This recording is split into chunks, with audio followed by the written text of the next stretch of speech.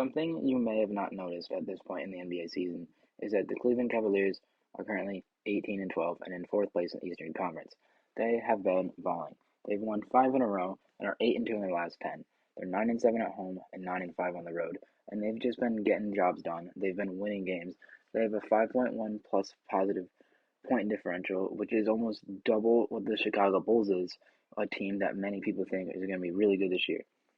Unlike the Washington Wizards, who started the season really strong and have started to fall off, going 2 and 8 in their last 10, the Cavs started the season off solid, not great, and have turned it up. They've won 5 in a row, and they're proving that their unique style of basketball works. If you take a look at the Cavaliers roster, you would say, wow, I'm not blown away by anyone on this team. Kevin Love's now 33 and hasn't been great in a couple of seasons. They got Jared Allen from the Nets, but how good is he going to be? He's still relatively young. Colin Sexton's still relatively young, but he hasn't been much of a factor. He's only played 11 games. Isaac Okoro's not ready to be a superstar yet. And how good is Darius Garland? He's been banged up from time to time, and we haven't seen how good his potential is going to be. They signed Taco Fall, and if you look at their roster, all you really see is, wow, they have a lot of tall guys. You see Evan Mobley at 6'11". You see Larry Martinez at 6'11", their big free agency signing. You see Jared Allen at 6'10", another big free agency signing. You see Ed Davis, 6'9", Taco Fall, 7'6". Kevin Love at 6'8", still pretty big guy. They got a lot of big players, and they're a very tall team, and they're a unique team because of this. They play with height. They'll often run out like three big guys on the floor. See a lot of these clips. They'll see Ricky Rubio running point and Isaac Okoro at the 2, alongside 3 big guys. You got Kevin Love, you got Jared Allen, you got Isaiah Mobley, you got Evan Mobley. Evan Mobley's been really good this season. He's kind of quietly putting himself in the Rookie of the Year conversation. It's really tough this year. It's not like a previous seasons where it just completely blows you away. Evan Mobley's a big man. He's been great blocking shots. Plays similar to Jared Allen. He's been really good. He's a kid out of USC. Him and his brother Isaiah both went to USC. They did good for USC in their years there. But it's like you got Evan Mobley, you got Scotty Barnes. I mean, who really else is you going to put in this conversation? Cade Cunningham hasn't really been great. You've seen flashes from some other guys, but nothing like spectacular. Nothing like we saw from John Zion during their rookie years, where it's like it's one of these two guys that we know that.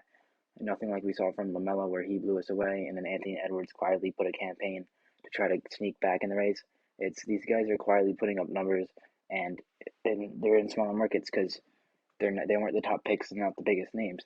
Like, not many people have heard of Evan Mobley, and not many people paying attention to Evan Mobley in the Cavaliers, but everybody's heard of LaMelo, and everybody was checking out to see what LaMelo was doing at Charlotte last year.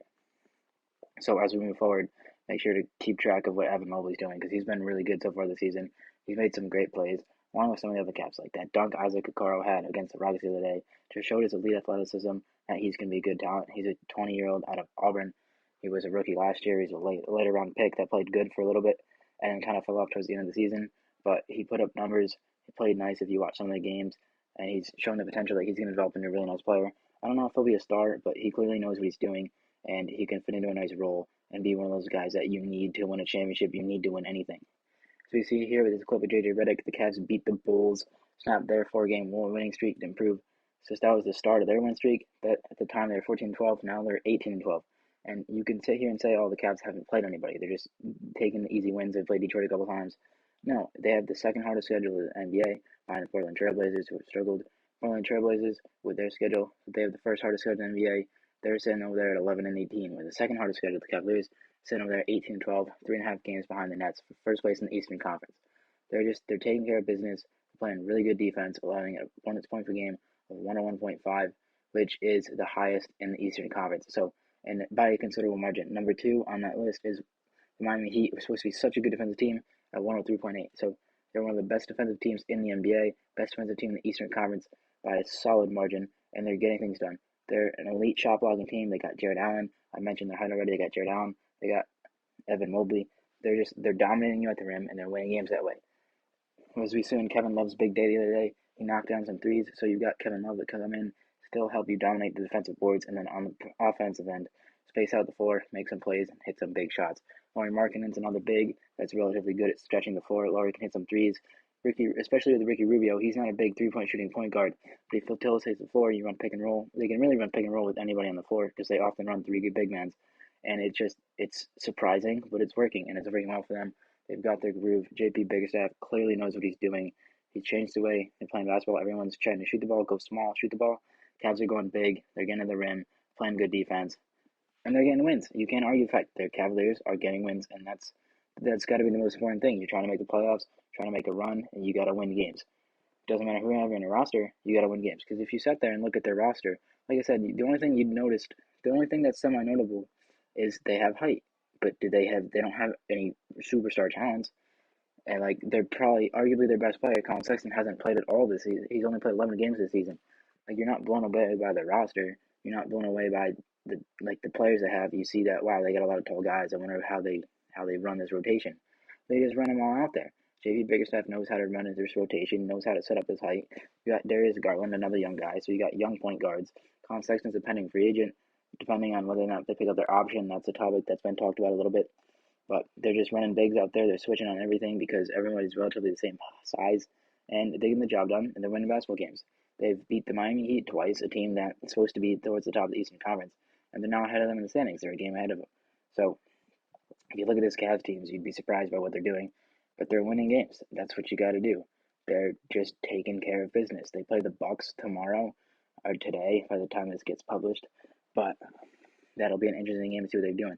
But their 5-game win streak starts with the Bulls, then the Timberwolves, who's just been solid this year. Then you got the Kings, team that they're questionable. Then you got a big win over the Heat, and then a win over the Rockets. So let's see if they can keep us going against the Bucks. They're in Milwaukee, so that'll be a tough game. But just looking back at the schedule, they've had 2 large wins over the Heat, double-digit wins over the Heat. That's a good basketball team. Another double-digit win over the Mavericks, another good basketball team. Both those games are on the road. Then you beat the Wizards on the road by 15. That's a huge win.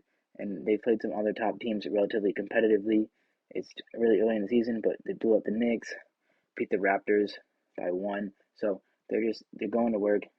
They're playing hard. They're playing a different style of basketball, something we're not used to seeing in the way basketball's been played over the past couple of years. But it's working. They're getting the job done, and it's really entertaining to watch. So if you're a Cavs fan, future looks bright. You got, I'd say, 4 really good young pieces right there. Actually, you can go 5 if you want. You can run your youth lineup of Jarrett Allen, Evan Mobley at the 4, Isaac Okoro at the 3, Darius Garland at the 2, Colin Sexton at the 1, or flip Colin Sexton, Darius Garland, how you want. That is a really good lineup, and if you're a Cavs fan, you have that to look forward to, and you should be really excited about it because the Cavs are playing great basketball. The Cavs have been great to watch, and they're a great story. They're doing things. I like what they're doing in Cleveland.